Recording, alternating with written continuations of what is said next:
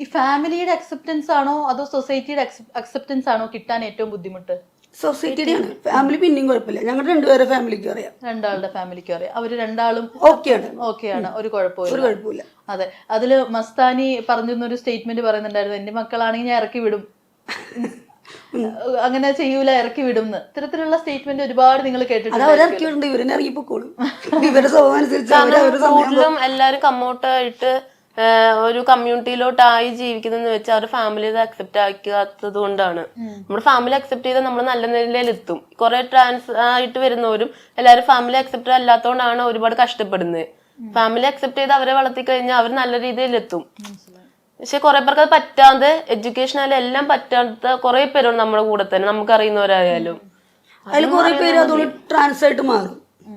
ഇതേപോലെ lesbian couples ആയി നിൽക്കാണ്ട് ഒരാൾ ഗേളും മറ്റൊരാൾ ട്രാൻസ് ആയിട്ട് മാറും. മനസ്സിലായി.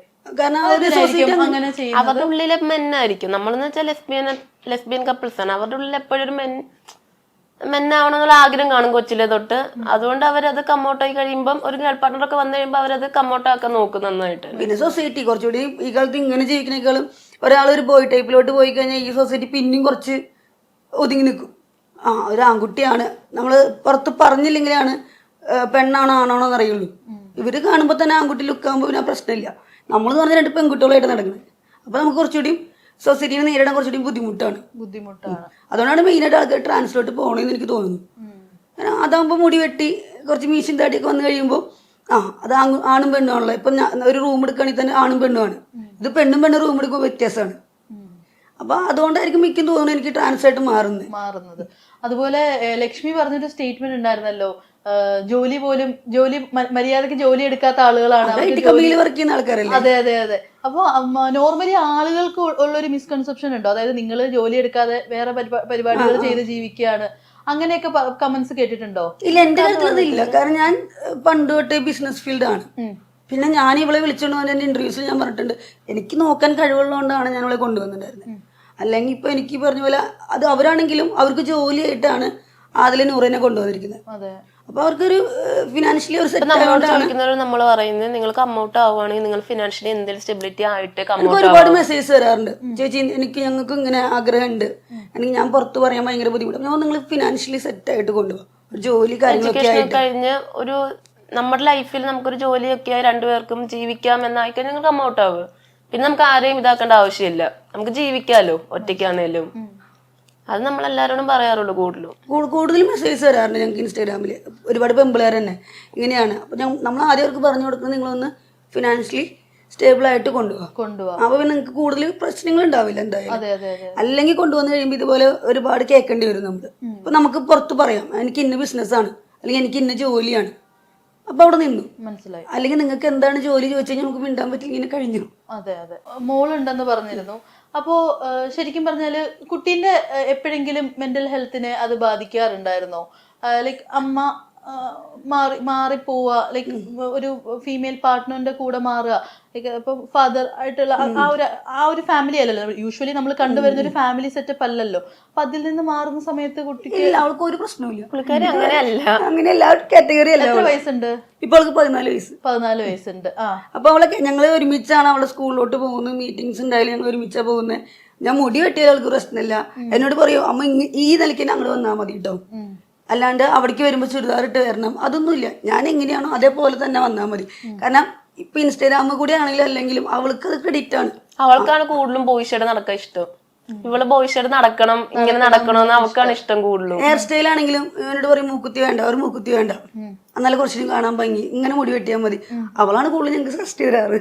സ്കൂളിലൊക്കെ പോകുന്ന സമയത്ത് ഇതേപോലെ ഫ്രണ്ട്സിന്റെ ഭാഗത്തു നിന്നൊക്കെ എന്തെങ്കിലും കമന്റ്സ് ഒക്കെ? ഒന്നുമില്ല, അവർക്ക് ഞങ്ങളെ കാണാൻ ഇഷ്ടമാണ്. അമ്മയുടെ വീഡിയോ കണ്ടായിരുന്നിട്ട് അവരുടെ വീഡിയോ കാണുന്നുണ്ട്, ഭയങ്കര ഇഷ്ടമാണ്, ഒന്ന് ഫോളോ ചെയ്യാൻ പറയോ എന്നൊക്കെ ചോദിക്കും. അവര് അക്സെപ്റ്റഡ് ആണ്. അവള് ചെറുപ്പം തൊട്ടേ അത് ഓക്കെയാണ്. അവൾക്ക് ഞങ്ങളുടെ കൂടെയാണ് എപ്പോഴും ഉണ്ടാവാറ്. ഇപ്പൊ ഞങ്ങള് ഇപ്പം വീട്ടിൽ പോയാലും ഞങ്ങൾ ഒരുമിച്ച് കിടക്കുക, എപ്പോഴും ഞങ്ങളുടെ കൂടെ തന്നെ നടക്കുന്ന. സംഗീത എന്താ വിളിക്കാറ്? ചേച്ചി തന്നെ. ചേച്ചിന്നാ വിളിക്കാറ്. ഞാൻ കരുതി അമ്മ. ചേച്ചിന്നാണ് വിളിക്കാറ്. അപ്പോ പിന്നീട് നോക്കുകയാണെങ്കിൽ നിങ്ങൾ ശരിക്കും ബിഗ് ബോസിൽ പോവാനായിട്ട് ഈ ഇയറിൽ ട്രൈ ചെയ്തിട്ടുണ്ടായിരുന്നു? ഇല്ല, ഇപ്രാവശ്യം ട്രൈ ചെയ്തിട്ടുണ്ടായിരുന്നില്ല. പക്ഷെ ഇങ്ങനെ പറഞ്ഞു കേട്ടിട്ടുണ്ടായിരുന്നു പ്രൊഡിക്ഷൻ ലിസ്റ്റിലൊക്കെ. പക്ഷെ കിട്ടിയാ പോകും. ഇനിയാണെങ്കിലും പോകും. ഇനി പോവാണെങ്കിൽ ആരെയൊക്കെ ആയിരിക്കും ടാർഗറ്റ് ചെയ്യുന്നത് ഈ സീസണില്? ഈ സീസണിൽ ഞാൻ അക്ബറിനെ എനിക്ക് പക്ഷെ ഗെയിമറാണല്ലോ. നല്ല ഗെയിമറാണ്. പിന്നെ ആളുടെ കുറച്ച് സംസാരങ്ങൾ പണ്ട് നമുക്ക് ഇഷ്ടപ്പെട്ടില്ലായിരുന്നു. ബട്ട് ഇപ്പൊ ആള് കൊറേ മാറ്റം വന്നിട്ടുണ്ട്. അപ്പൊ ഗെയിം നന്നായിട്ട് ചേഞ്ച് ചെയ്ത് വന്നിട്ടുണ്ട് ആദ്യത്തേനേക്കാളും. അപ്പൊ നല്ലൊരു മനുഷ്യനാണ്. ആര്യനെ ടാർഗറ്റ് ചെയ്യോ? ആര്യൻ എനിക്ക് ഇഷ്ടമല്ല. ഞങ്ങള് വീഡിയോസ് ഒക്കെ ചെയ്തിട്ടുണ്ടായിരുന്നു. കാരണം പുള്ളിയുടെ എക്സ്പ്രഷനും അത് നമുക്ക് അക്സെപ്റ്റ് ചെയ്യാൻ ഭയങ്കര ബുദ്ധിമുട്ടാണ് പുള്ളിക്കാരന്. അതുകൊണ്ട് പിന്നെ ബാക്കി എല്ലാവരും ഓക്കെ. ആര്യന്റെ എന്തെങ്കിലും പെർഫോമൻസ് ഇഷ്ടപ്പെട്ടിട്ടുണ്ടോ? അതെനിക്ക് ഇഷ്ടപ്പെട്ടു. പക്ഷെ ഗെയിമിലും ആള് ഓക്കെയാണ്. പിന്നെയുള്ള പെരുമാറ്റങ്ങൾ മാത്രം ഒരു കുട്ടിക്കളി പോലെ തോന്നുന്നു നമുക്ക്. ഒരു മെച്ചൂർഡ് അല്ല. മോസ്റ്റ് ഫേവറേറ്റ് കണ്ടസ്റ്റൻസ് ആരൊക്കെയാന്ന് ചോദിച്ചു കഴിഞ്ഞാല് എനിക്ക് അനുവിനെ ഇഷ്ടമാണ്. അനുവിനെ ഇഷ്ടമാണ്.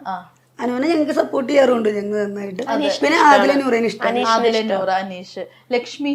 ഒരിക്കലും അവിടെ ചെന്ന് കഴിഞ്ഞാല് ലക്ഷ്മിയോട് പറയാൻ ഉദ്ദേശിച്ചിരിക്കുന്ന എന്തെങ്കിലും കാര്യമുണ്ടോ?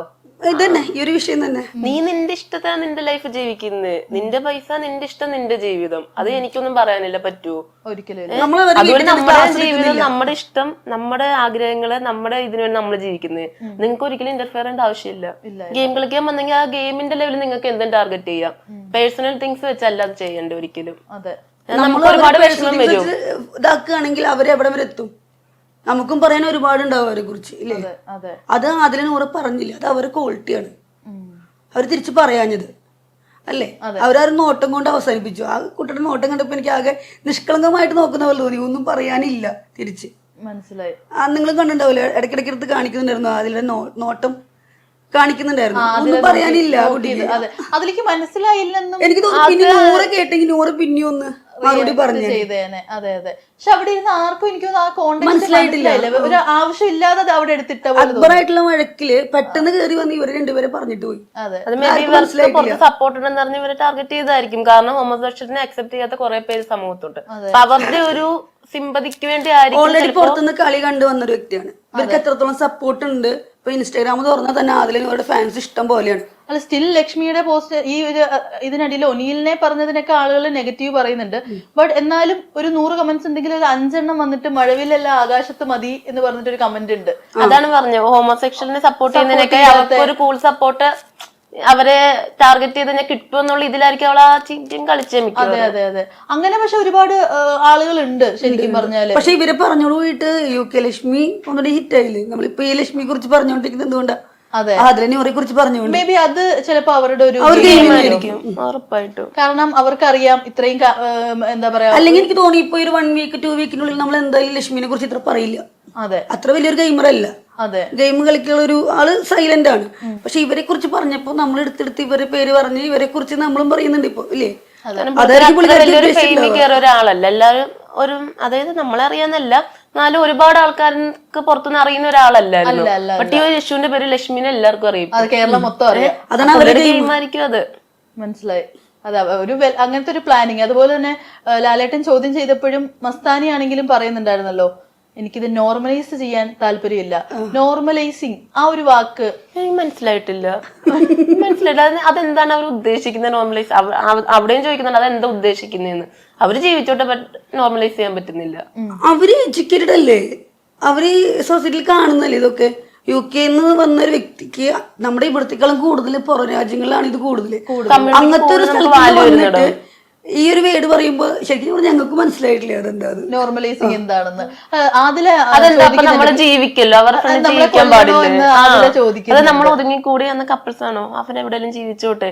നമ്മൾ സമൂഹത്തിൽ ഇറങ്ങല്, നമ്മൾ ജീവിക്കും, നമ്മുടെ ഒരു ഐഡന്റിറ്റി എങ്ങും വരല്ല. അതാണ് അവർ നോർമലൈസ് ചെയ്യാന്ന് ഉദ്ദേശിക്കുന്നത് എനിക്ക് തോന്നുന്നു. അതിന് കൂട്ടുന്ന മസ്താനി ഇതേപോലത്തെ ആൾക്കാർ ഒരുപാട് ഇന്റർവ്യൂസ് അറ്റൻഡ് ചെയ്തു. കൂടുതലും നമ്മളെ പോലെ കമ്മ്യൂണിറ്റിയിലെ ആൾക്കാർ ഇന്റർവ്യൂ ചെയ്ത് നന്നായിട്ട് കയറി വന്ന ഒരാളാണ്. എന്നിട്ട് കമ്മ്യൂണിറ്റിക്ക് തന്നെ ഇങ്ങനെ പറയേണ്ട ആവശ്യമില്ല. കാരണം ഈ ഏജില്, അതായത് ന്യൂ ജനറേഷനിൽ തന്നെ ഇങ്ങനെ പറയേണ്ട ആവശ്യമില്ല. അപ്പൊ അവരെന്ത് ടോക്സിക് ആയിട്ടാണ് ചിന്തിക്കുന്നത് ഉള്ളിൽ നിന്ന്. പുറത്ത് ഇന്റർവ്യൂസിൽ ഭയങ്കര സപ്പോർട്ടിങ് പറഞ്ഞിട്ട് എന്നിട്ട് വന്നതിന് ഭയങ്കര ടോക്സിക് പോലെ തോന്നി. അതെ,